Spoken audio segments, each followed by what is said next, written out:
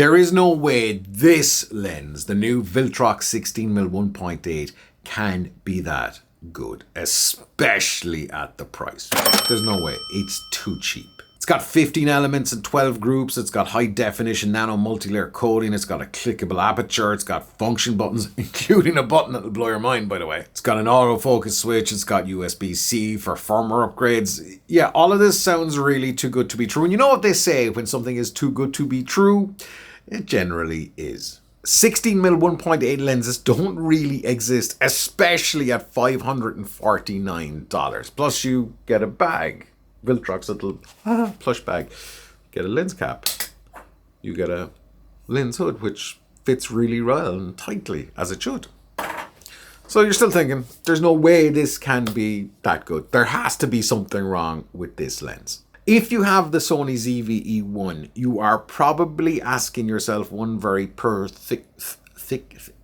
specific question. How is it on dynamic stabilization? Well, let me just not turn this on, because this is actually dynamic stabilization using the Viltrox 16mm lens on the Sony ZV-E1. And this is what it looks like. But more of that in a sec. Now, there's other stabilization modes that will also work really, really well with a wide angle lens, like active steady shot. And that looks like this. Obviously, we don't have that dynamic stabilization crop, which is pretty big, as you know.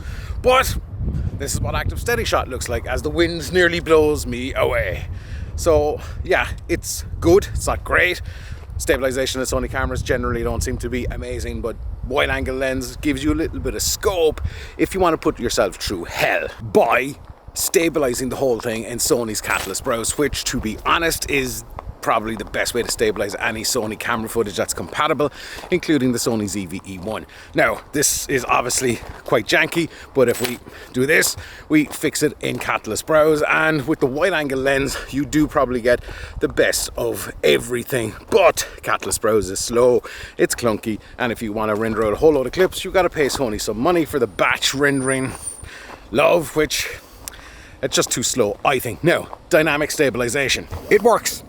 And it works quite well on a wide angle lens because you don't have the crop. However, dynamic stabilization, shut up dogs, just has those little artifacts that are prevalent kind of everywhere. Now, if you crank the shutter up 1/2000, and as you can see, it looks very unnatural, even though the algorithms are doing a better job with stabilization. Even if you try and put the camera into full auto mode, see what it does there. But this is an issue with dynamic stabilization, particularly for those who wants to shoot that cinematic 1/50 so you get your motion blur. So it's just something to keep in mind. But the crop and this wide angle lens, it's a no-brainer. It works really, really well because it looks so wide and it just crushes the crop. Because this isn't a lens made by Sony, there's some of you probably thinking, okay, it'll probably be okay, but it's not going to do so well with a lot of really Sony specific features, like autofocus, because sometimes if it's a non-Sony lens, Sony autofocus can be a little bit janky. So let's do some autofocus tests and see how does it hold up against a native Sony lens.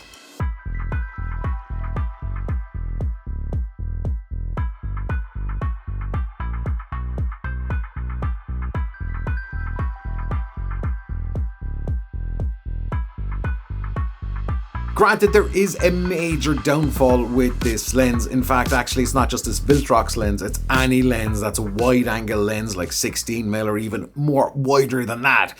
So anything even like a GoPro will all suffer from one particular thing.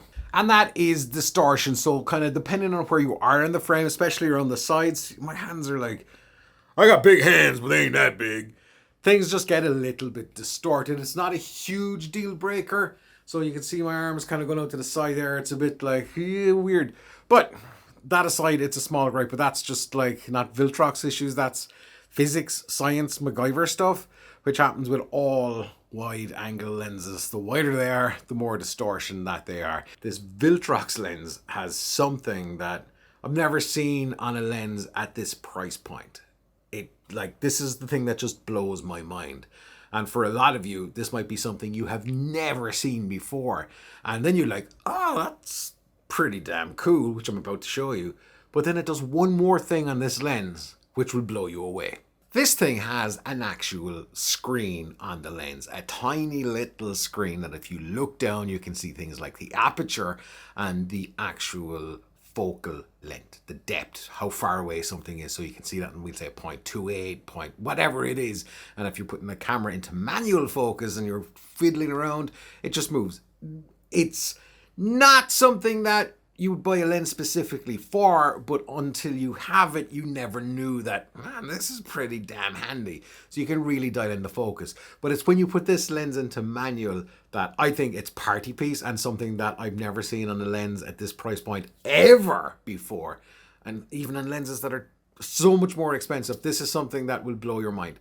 And this is, to me, is one of the coolest things. There's a button underneath the function button on the lens, or like an extra button on the lens, and if you press and hold this, you can set one focal length and then dial in another focal length once you have the camera on manual focus or the lens on manual focus, and then you can dial in the second and then lock that one in by keeping the button pressed down. So you've focus A, focus B, and if you press the button then, it's going to rack focus between the 2 points. Look at the background. Look at me. See, one's in focus, one is not. So we can go backwards and forward as much as we want. Now, I know what you're saying. This is an amazingly cool feature. And actually, let me put this back onto autofocus. Just a flick of a switch. It's an amazingly cool feature to have, right? I guess you could argue, well, I want the rack focus to be slower. Then do it manually. Because this is a lovely little feature to have depending on what you're shooting. It's really thoughtful. If I'd be really critical, actually I can't be really critical of this function. It's just great. And that little screen is super useful. You're not going to use it all the time, but it's great to have this in the bag. For full disclosure, Viltrox sent me this 16mm 1.8 lens, and that was more or less it. They reached out by email. They didn't say, you got to say it's great, you got to say this, you got to say the other. They just said you want to review the lens. So this is my humble opinion on this Viltrox 16mm lens. For any content creator out there, a wide angle lens is a must have, because you can just shoot so many more angles with a wide angle lens than you usually would. Even in a small space like this, I couldn't shoot my 20mm this way. It would just be a bit too cramped.